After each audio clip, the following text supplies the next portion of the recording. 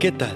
Bienvenidos una vez más al devocional con el pastor Gerson González, donde día a día nos acercamos a las Escrituras para conocer y experimentar el poder del Evangelio. Deseamos que seas grandemente bendecido mientras escuchamos la palabra de Dios, porque la palabra de Dios no está presa. Comenzamos. Buen día, gracias por acompañarme de nuevo. Estamos en esta revisión de los cánticos del Nuevo Testamento. Hemos ya considerado Juan capítulo 1, el prólogo del Evangelio de Juan, Efesios capítulo 1, la parte introductoria de esta carta de Pablo a los Efesios, y ahora quisiera acercarme a un himno famosísimo del Nuevo Testamento, Filipenses 2, versículo 5 al versículo 11. Lo que aquí se contrasta es el orgullo que los filipenses sienten versus el ejemplo que Cristo nos da, un ejemplo supremo de humillación, pero más que ser un ejemplo, Cristo realmente es el Señor y el Salvador de nuestras almas. Él no solamente es un ejemplo, Él es el Señor. Bueno, leamos. Haya pues en ustedes esta actitud que hubo también en Cristo Jesús,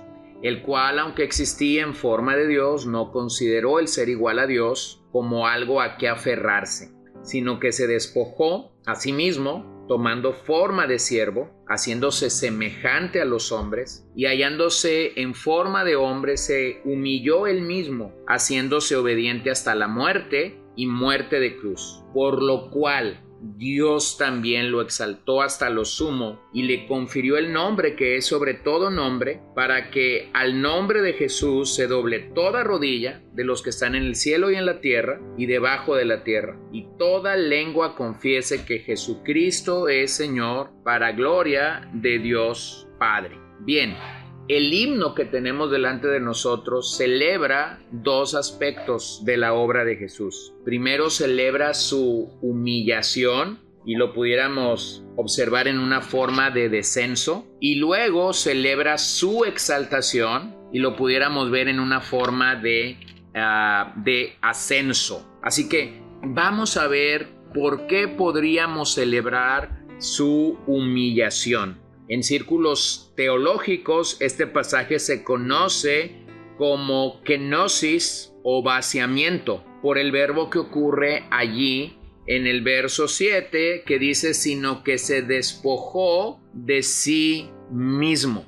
Pero hay una mejor traducción de se despojó o se vació, que sería ekenose, y sería la idea clara de que se despojó a sí mismo. Esa es la idea que ekenose traduce. En otras palabras, se despojó a sí mismo de sus privilegios. Así que permíteme revisar primero la humillación. Número 1, observa cómo el pasaje empieza con la divinidad de Cristo, el cual existía en forma de Dios, no consideró, no se aferró. Eso es importante. Él es Dios, Él no es un ser creado, pero no se aferró a su divinidad, sino que se vació de sus privilegios, dice el verso 7. Tomó forma de esclavo, el griego doulos, que aquí incurre, y hecho semejante a los hombres. Entonces, estando en la condición de hombre, se humilló a sí mismo, haciéndose obediente hasta la muerte, y de hecho una muerte de cruz. Bueno, hay quienes pudieran leer rápidamente el texto y pensar que lo que está pasando en esta expresión de se despojó es que el Señor está dejando de ser Dios. Bueno, esto no puede ser así, porque entonces afectaríamos la doctrina de la Trinidad. Lo que el Señor Jesús está haciendo en este pasaje, o lo que Pablo está declarando que el Señor Jesús hizo, no es que eliminó su deidad, sino que agregó la humanidad. En otras palabras, Él no dejó o no tuvo que dejar de ser Dios para ser humano, o como un concilio en los primeros siglos declaró acerca del Hijo de Dios. verdadero Dios y verdadero hombre. Por lo tanto, cuando pensamos en el vaciamiento de nuestro Señor, lo que estamos declarando es que Él de forma voluntaria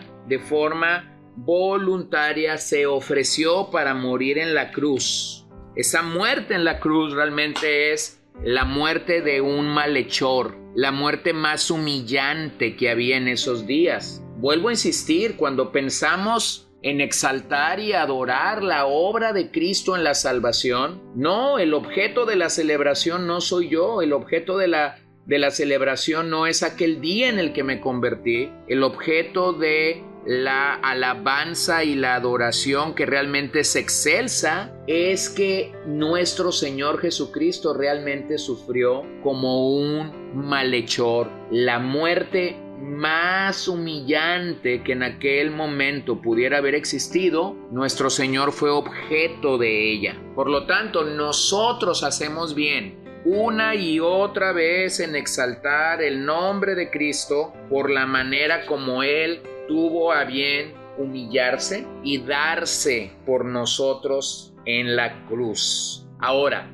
de celebrar la humillación y de observar la manera como nuestro Señor se ofreció como propiciación, como una muerte sacrificial para darnos vida, una propiciación y expiación real de nuestros pecados. Ahora el apóstol Pablo pasa a celebrar su exaltación.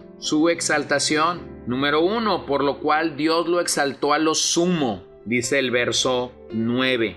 Esta expresión, por lo cual, nos manifiesta una acción a la obediencia de Cristo. Es después de que Cristo obedece a cabalidad el plan de Dios, que entonces hay una acción hacia la obediencia de Cristo. ¿Y cuándo había sido trazado ese plan? ¿Y cómo es que Cristo sabía lo que Él tenía que hacer? Bueno, en la economía de la salvación, en el plan salvífico de Dios, Él había establecido que esto sucediera así, que nuestro Señor padeciera, que nuestro Señor fuese vituperado, que fuese escarnecido de la manera atroz, feroz que Él recibió, pero entonces sería la manera como Él sería exaltado.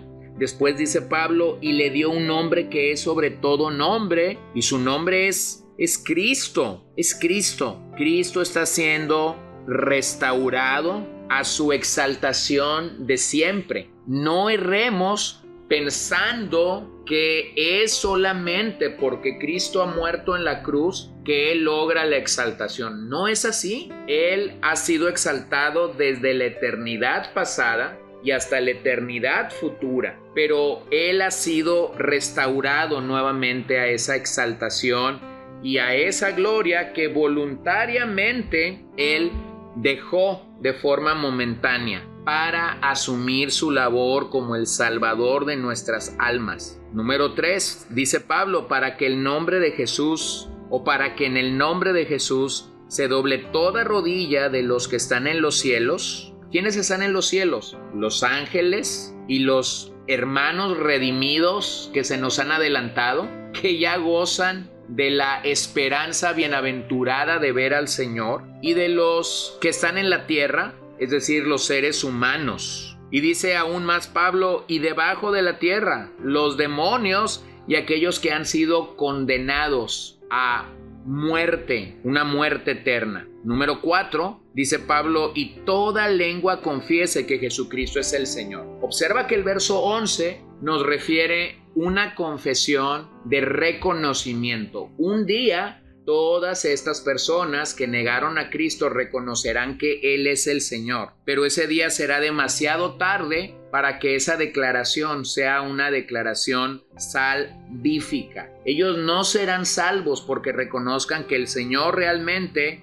es el Señor de señores. Será una confesión para demostrar o para cumplimiento de esta palabra. Pero si tú no eres salvo el día de hoy y confiesas que Jesucristo es el Señor de señores, entonces hay esperanza y hay gracia para ti si tú vienes de la manera adecuada delante del Señor. Y número 5, dice Pablo, para gloria de Dios Padre. Veamos claramente que lo que este himno está haciendo es decir que nuestro Dios es glorificado por la persona y la obra de nuestro Señor Jesucristo. Entonces, ¿a qué te invita el himno cristológico de Filipenses 2? Bueno, es una invitación a alabar a Dios por su humillación, por su obra salvífica, por su obra de obediencia, por la manera como Él nos desafía al servicio cristiano, por su entrega sacrificial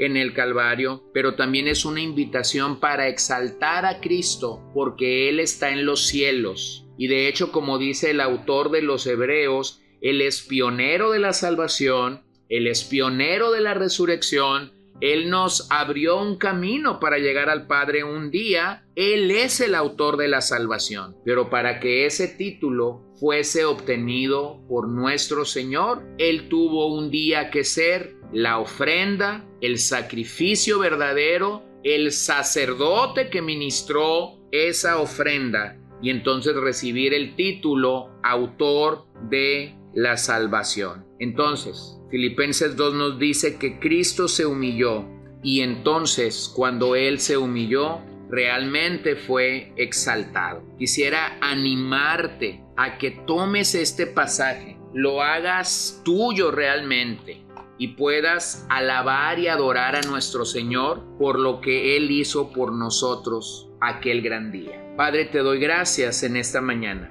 porque nos has enriquecido tanto en los últimos días para pensar que estos pasajes sí están cargados de doctrina, están cargados de la persona de Cristo, pero simplemente el pensar en ellos como himnos nos permiten tener una alabanza bíblica, un cántico nuevo, un cántico que puede expresar todo nuestro reconocimiento, toda nuestra adoración, porque solo tú lo mereces.